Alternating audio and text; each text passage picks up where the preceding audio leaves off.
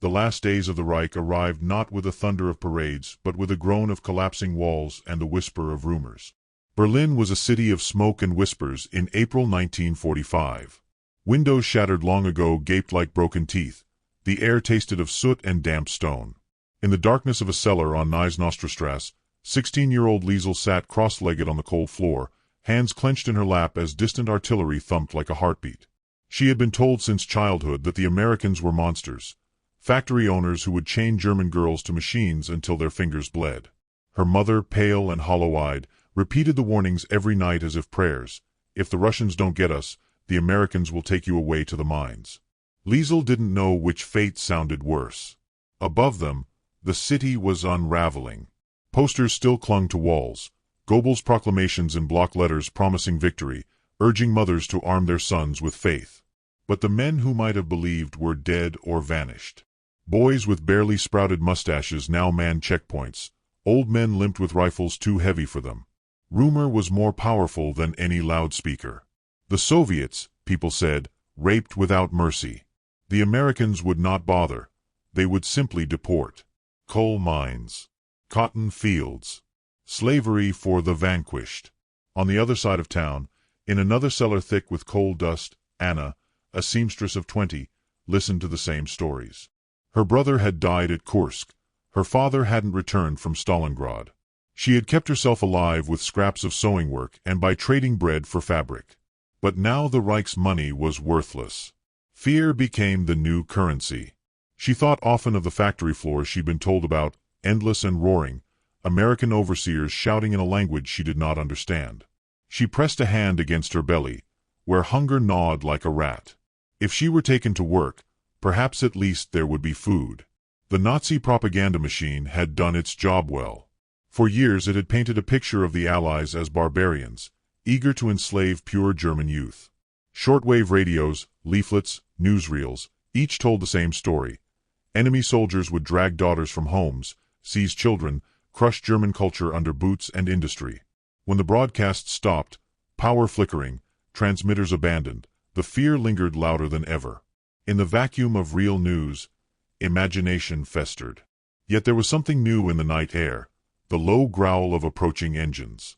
From a window above their cellar, Anna glimpsed the first American tanks crawling through the ruins like steel beetles. Soldiers in strange helmets leaned out, scanning the streets. They were not the snarling beasts she had imagined.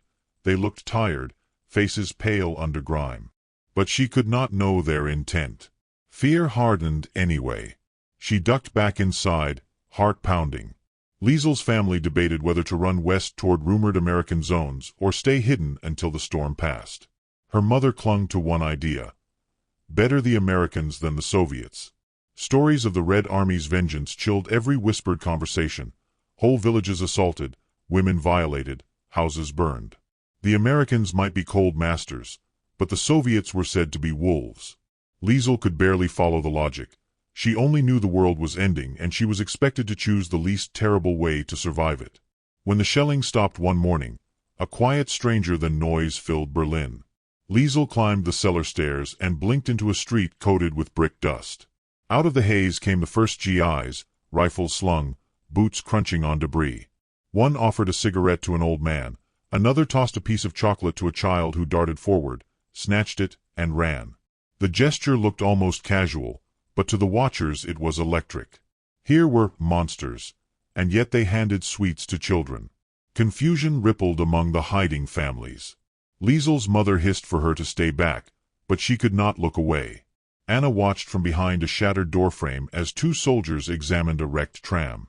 One pointed at her sewing machine visible through the window, curiosity in his face rather than menace. She expected them to break the door, to drag her out, but they moved on. Minutes later, a jeep arrived and an officer spoke, his voice calm, his German broken but not threatening. Bleiben Sie ruhig. Wir tun Ihnen nichts. Stay calm. We will not harm you. Anna's knees nearly gave way. It was not safety, not yet, but it was not slavery either. Still, uncertainty clung like the dust in the air. The Americans imposed curfews. They confiscated radios and weapons. Posters of Hitler were torn down, but no one knew what rules replaced his. Girls whispered that soldiers sometimes sought company in exchange for rations. Meat, chocolate, warm coats. Hunger made moral lines blur. Parents counseled daughters in hushed tones. Better a willing smile than violence. Better a single protector than a mob. Liesel overheard these talks and felt herself age years in a night. The contrast was jarring. Terror built by years of propaganda colliding with an occupying force that, while foreign and armed, was not the nightmare promised. Yet survival required more than relief. Every gesture, a candy bar, a smile, an offer of safety, was tangled with power. Anna spent a night sewing a patch for an American's uniform. He paid her with tinned meat. It felt like work, but also like surrender. Liesel watched her neighbor, a girl of 19, accept a soldier's hand and climb into a jeep. She returned days later with bread and a new coat. Her mother said nothing, but her face was drawn with quiet dread. By the time May sunlight warmed the ruins, a new kind of silence had settled. The Reich was dead, but no one yet knew what life would rise from its ashes. Children chewed gum for the first time. Mothers cooked with American flour. Fathers scavenged for scrap to trade with the occupiers. Yet in the hearts of girls like Liesel and Anna, the question remained. Were they safe, or merely caught in a different snare? The propaganda had failed to predict this strange mixture of kindness and control, but the hunger and powerlessness were real. On a cool evening, as church bells rang for the first time in months, Liesel stood in the doorway of her ruined home and watched a convoy roll past. An American soldier looked up, met her eyes, and, unexpectedly, smiled. Not cruelly, not hungrily, just a weary, human smile. It should have been comforting. Instead it frightened her in a new way. The enemy was not a beast but a man, and that made him unpredictable. She turned away, heart quickening, realizing the war had ended but another, quieter struggle had just begun. The first weeks of American rule arrived quietly, like a tide seeping through broken streets. Gone were the days of artillery thunder. In its place came the rumble of trucks and the clipped shouts of foreign voices establishing order where none had been. Liesel stood in line outside a requisitioned schoolhouse, a paper slip in her hand, waiting for food rations. The building's walls still bore faint swastikas under new whitewash, and over the doorway hung a sign in English and clumsy German. Verhalten Sie sich ruhig. No trouble. She didn't know what counted as trouble anymore.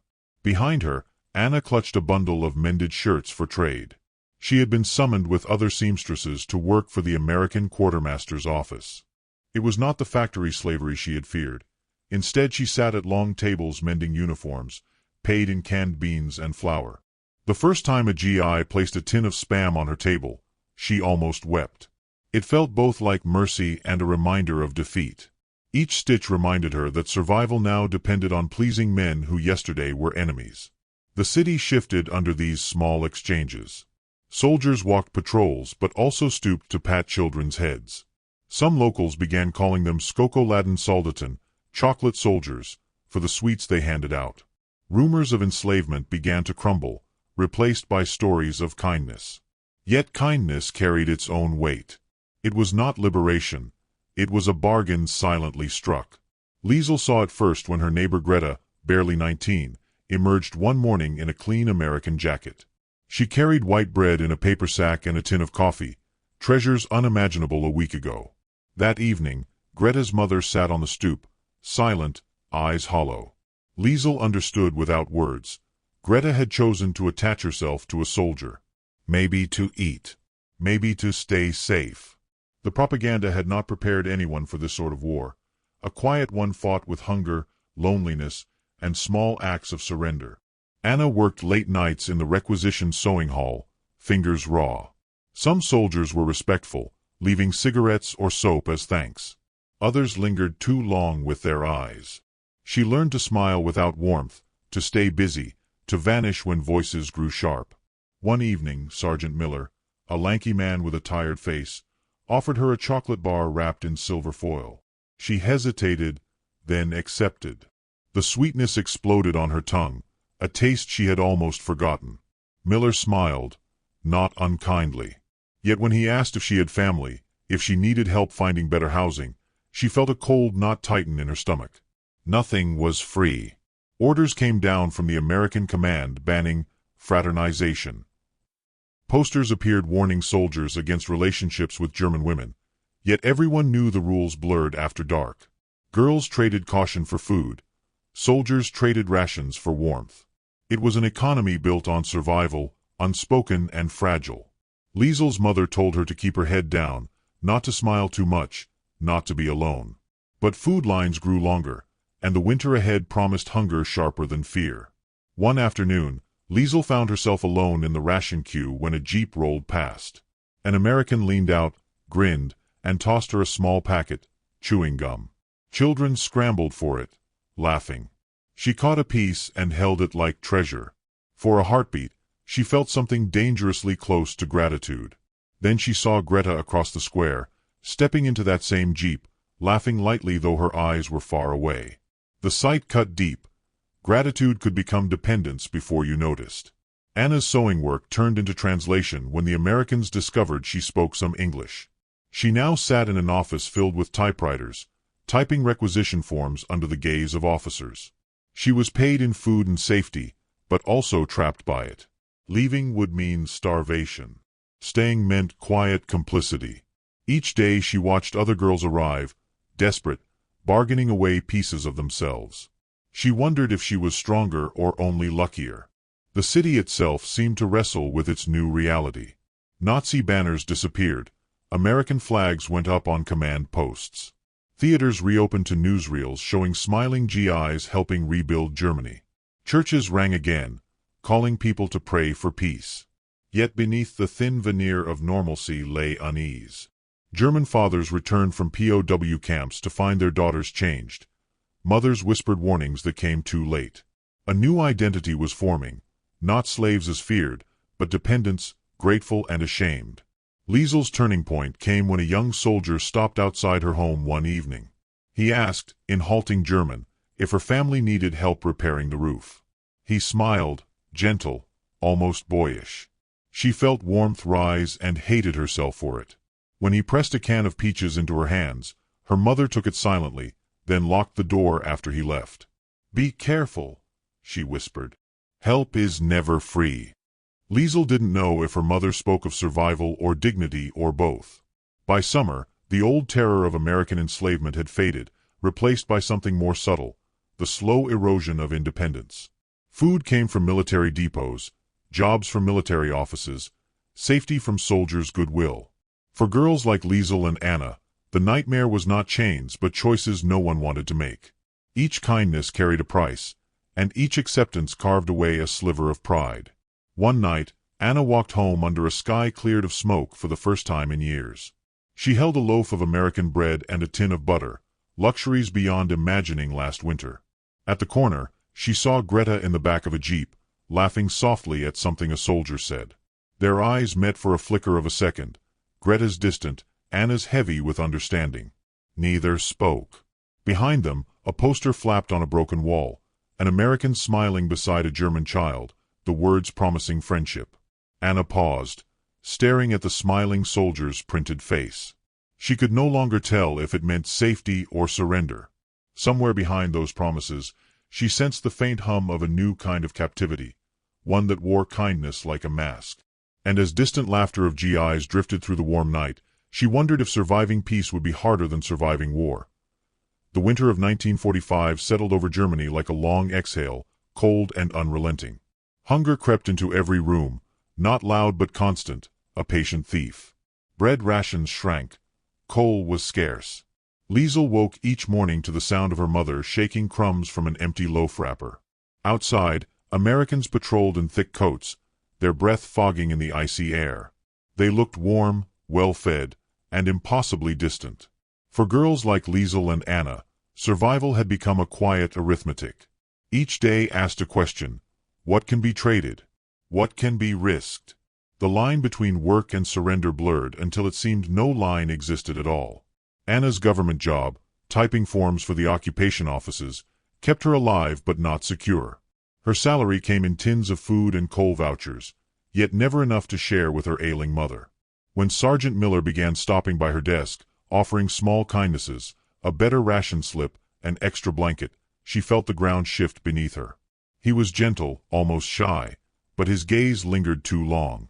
The first time he brushed her hand while passing papers, she pulled back sharply. He apologized. Yet the next week, another extra ration appeared. She told herself it was nothing, that she could accept gifts and remain untouched. But each gesture wove a thread she could feel tightening. Liesel watched her neighbor Greta grow softer and quieter as months passed. Greta now wore American stockings and perfume, gifts from her soldier lover. She never boasted, but she no longer queued for bread. Children whispered cruel names behind her back, Amelie, yet when their mothers needed sugar or soap, they sent them to Greta's door. Liesel saw how shame and envy lived side by side. The American presence was paradoxical, protective and predatory at once. Officially, fraternization remained banned. Posters warned soldiers to keep distance. In reality, GIs were young, lonely, flush with food and cigarettes. German women were starving. The occupation turned into a silent marketplace, where affection, or the semblance of it, bought survival. One evening, Anna returned from work to find her mother coughing violently in the candlelight. The doctor wanted payment they didn't have. Desperation pressed down like the winter snow. The next day, when Miller stopped by with his hesitant smile and asked if she would join him for coffee at the American mess hall, she almost said no. Almost. But the image of her mother's sunken face silenced her pride. She nodded. The mess hall smelled of roasted meat and real coffee.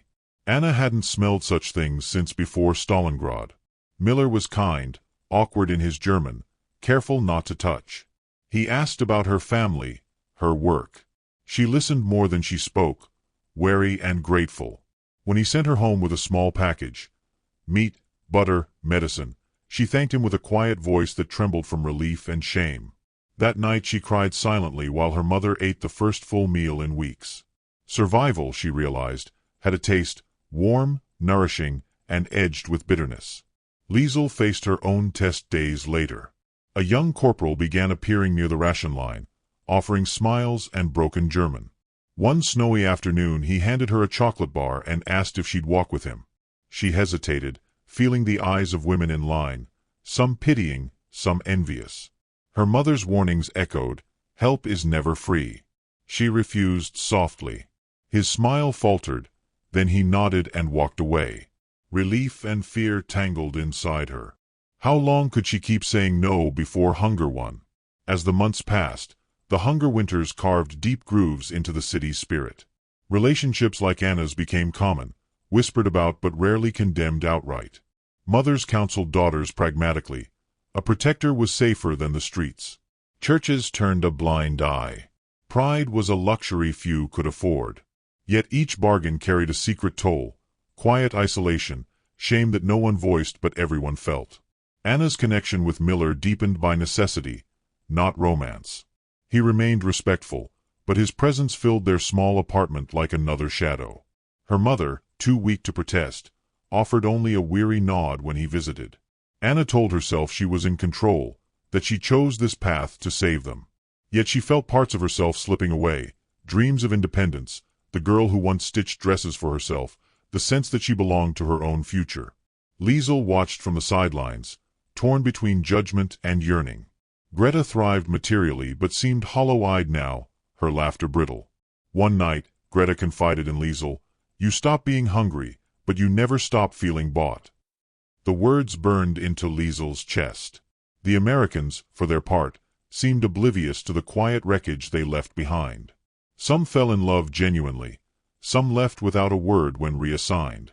Children appeared with blue eyes and foreign last names, proof of alliances that were neither purely tender nor entirely cruel.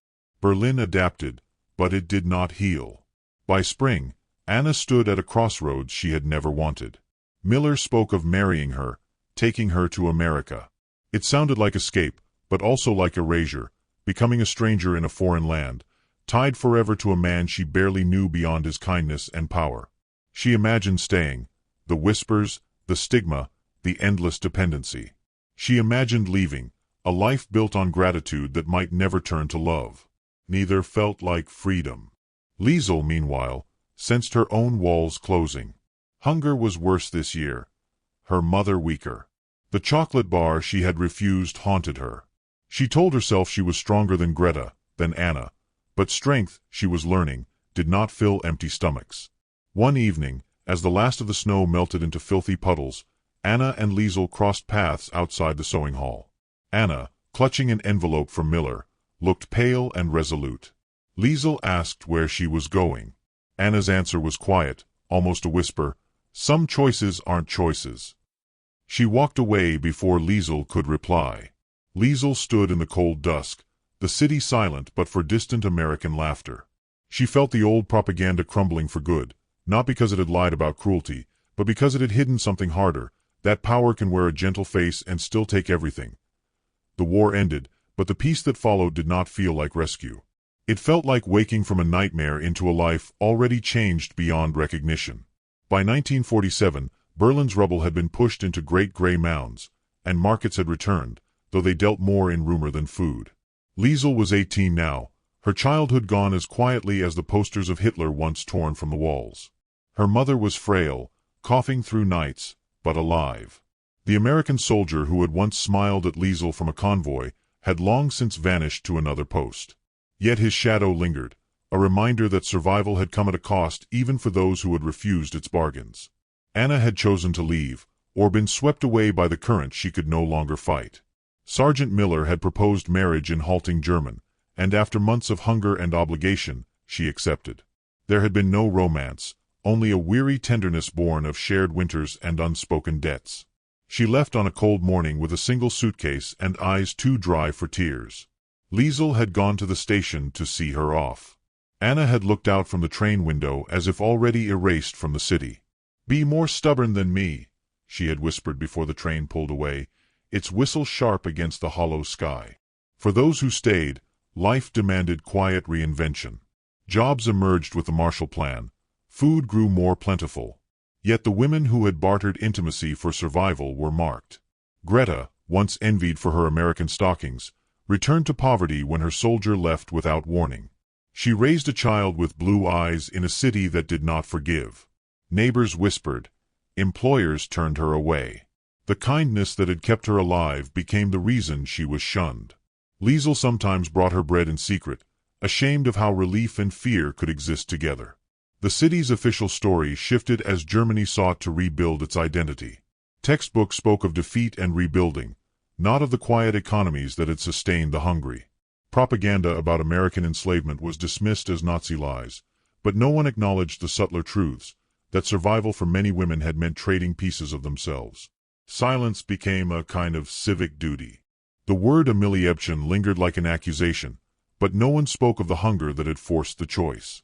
Liesel found work in a school, teaching children born into rubble. She taught them to read, to write, to question.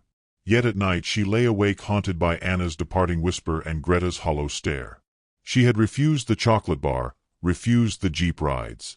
She had kept her dignity but lost something else, a chance at escape, a path out of the ruins. Was that strength or merely another form of defeat? The question gnawed at her in the quiet hours. Anna wrote once from America, a short letter filled with polite news, a small house, a garden. A husband who was kind but distant, a language she could not yet love. She wrote that food was plentiful but loneliness hung heavier than hunger ever had. "I saved us," she wrote, "but sometimes I feel like a ghost." Liesel read the letter 3 times and tucked it away, unable to answer. By 1950, Berlin glittered with neon again. Cafés reopened. Cinemas flickered with American films. The past was buried under concrete and commerce. Yet for women like Liesel and Greta, memory was not so easily paved over. Greta's child played in the streets, laughing like any other boy, but came home crying when older children shouted slurs about his father. Greta bore it silently. Liesel wanted to defend her but could only hold her hand in the dark and whisper that the world would change, though she was not sure it would. One spring afternoon, Liesel visited a museum exhibit about the war's end. Behind glass were photos of smiling GIs handing chocolate to German children.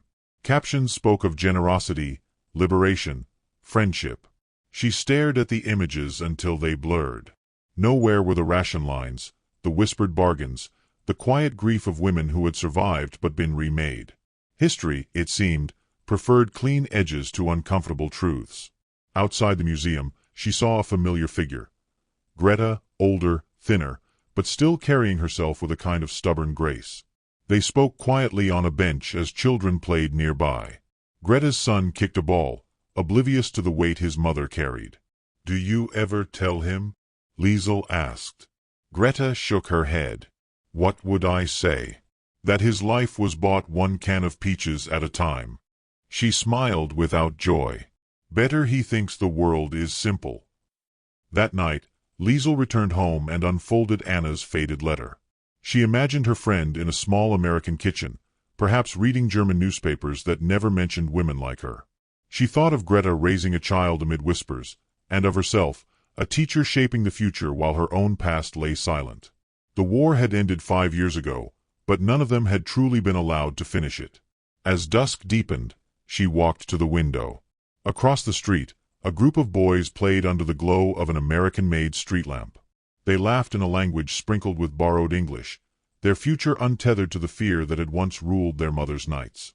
For the first time in years, Liesel felt something like anger, not at the soldiers who had survived the war in their own way, but at the silence that had swallowed everything afterward. Their hunger, their bargains, their quiet courage deserved to be remembered. In that moment she understood. History was already hardening into a story that left them behind. And yet, somewhere beyond the Atlantic, Anna lived with her compromise. Here, Greta endured hers, and Liesel herself had paid a price for keeping her dignity intact.